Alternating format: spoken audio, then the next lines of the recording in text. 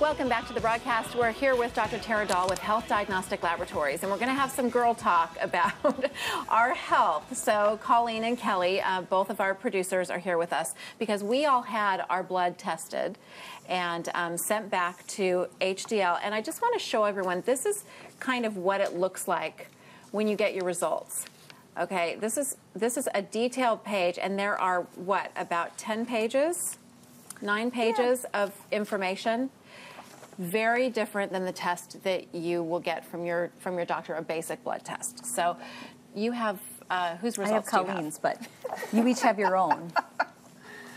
So did you have questions, Kelly, about yours specifically? I did. I noticed, I feel like most of my stuff was okay. I had a couple of yellows, which I know that's borderline. But my big problem was my iron levels, and I didn't know, I guess, what do I need to be taking? Do I need to just eat better, or is there actually, do I need to take a pill for this, or what would make it rise faster? Right, so you had actually evidence of anemia, actual anemia, so not just a low iron, but evidence where the blood count is actually low. Sometimes women of childbearing age, if we have heavy periods, that can cause anemia. That's a very common cause. Sometimes when it's as low as yours is, taking an iron supplement makes sense. I mean, otherwise, foods that are high in iron are going to be things that, like red meats and things like that, which you may or may not, want in your palate, depending on the types you're getting. You want to avoid all processed meats and things like that. But that can make a difference in making you feel less fatigued, certainly. And that's something that when you're as anemic as your numbers came back, you really want to understand why that is. And sometimes we'll do further workup to see if there's some autoimmune condition or something else going on. Ice all the time, and I've always heard that ice can be an indication of low iron. Or so your numbers were definitely low enough that being on a supplement may make sense. Problem with iron supplements is they can make you constipated, so there's always this making you feel good, but you got to balance that all out. But definitely that's something that could be a cause of fatigue. Okay, yeah. And so when Kelly talks about, an intermediate risk or a high risk, when you get the test, it's broken down into colors. So green, you're okay. Yellow is an intermediate risk. And if you have a red, something red on your test. Right. Is this Colleen's? This is Colleen's. This is Colleen's. This is not mine. But then you have something to be concerned about. It's an eye-opener. It's like, there's something here I need to pay attention to, right? So what's going on? So when you look at this, you see, okay, I got to do something different. So do you think, is there anything in my lifestyle that could be better? I always ask people that question. Yes. Yeah, see, so sometimes we have the answers already. Colleen, it's not a matter of giving you a prescription, but this is a confession. What is it that you would be doing Well, I don't better? drink sodas. I don't do that. I do like candy every now and then, but I just don't. I don't get it. I'm so tired all the time. I'm tired all the time. You don't smoke. You don't drink alcohol. No. So I feel like both my husband and I, we are empty nesters. I just know that we could be eating healthier, and we're not exercising.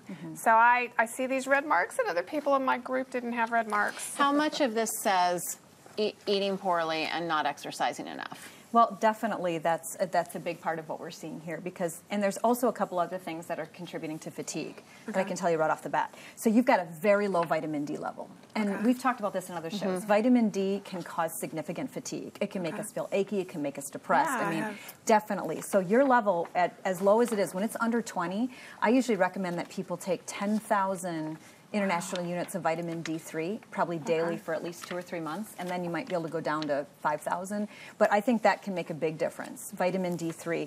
The other thing is you have a B12 level that's low too. And we've talked a little bit about this MTHFR mutation, and because you happen to have a mutation there too, if you're going to take B12, and I think you had a low B12 as well, you want to make sure that you're getting a methylated form of B12. Now, you didn't used to be able to buy that easily, but now it's pretty much in pharmacies all over the place. Now, can you get that in the sublingual drops? Yes. Because you recommend. We were talking about that earlier. So because B12 is not very well absorbed, when you swallow the pill, it's better if you can get a sublingual. And it doesn't have to be a drop. It can actually be like a dissolvable pill. It goes underneath the tongue and then gets absorbed through the mucosa that way, and you're going to get much more of an effect than if you take it orally. Because if you take it orally, only a small percentage of it will be absorbed. So what you want to get is a methylated B12, actually both of you, methylated B12 under the tongue. That's key. And that's going to help quite a bit, I think, with addressing fatigue. And then for you, for sure, a big dose of vitamin D. Okay. I know you live in Texas, but you either something's not happening with the sun for you, you're not getting it, or you're just protecting your skin from, from skin cancer by putting on sunscreen, which blocks vitamin D. But for whatever reason, your number's very, very low. And that in combination with the B12 definitely can cause a lot of I was fatigue. worried that because as I get older and I'm in my 50s, I just was afraid this was menopause or this was, you just start to feel different about yourself, and I'm tired, I feel invisible now. It's just this interesting time in my life that I ache all the time. I get up and my feet, my hands ache. And our needs change as we get older, right? Yeah. Definitely. And we don't want to think about menopause as being like this disease that women get. It's obviously just a natural part of aging, and it can be a beautiful thing. But obviously, when you're not feeling well, we need to sort out why you're not feeling well. And if there's some very simple things that you can do to feel better, let's take that. Let's be empowered by that and feel good and age gracefully and and love it. Let me ask you quickly, how often do you recommend that we get a detailed test like this done?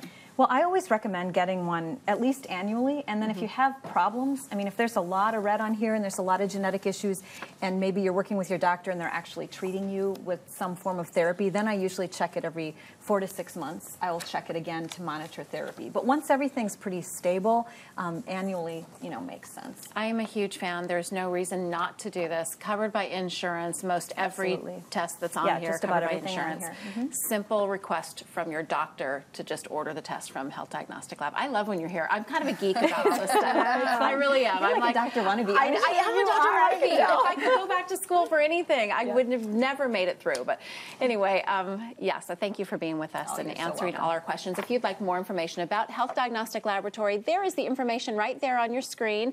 Let your doctor know about them too. And if you'd like to watch this segment again or get any other information, you can find it on our website at thebroadcasttv.com. And we are back with more after this.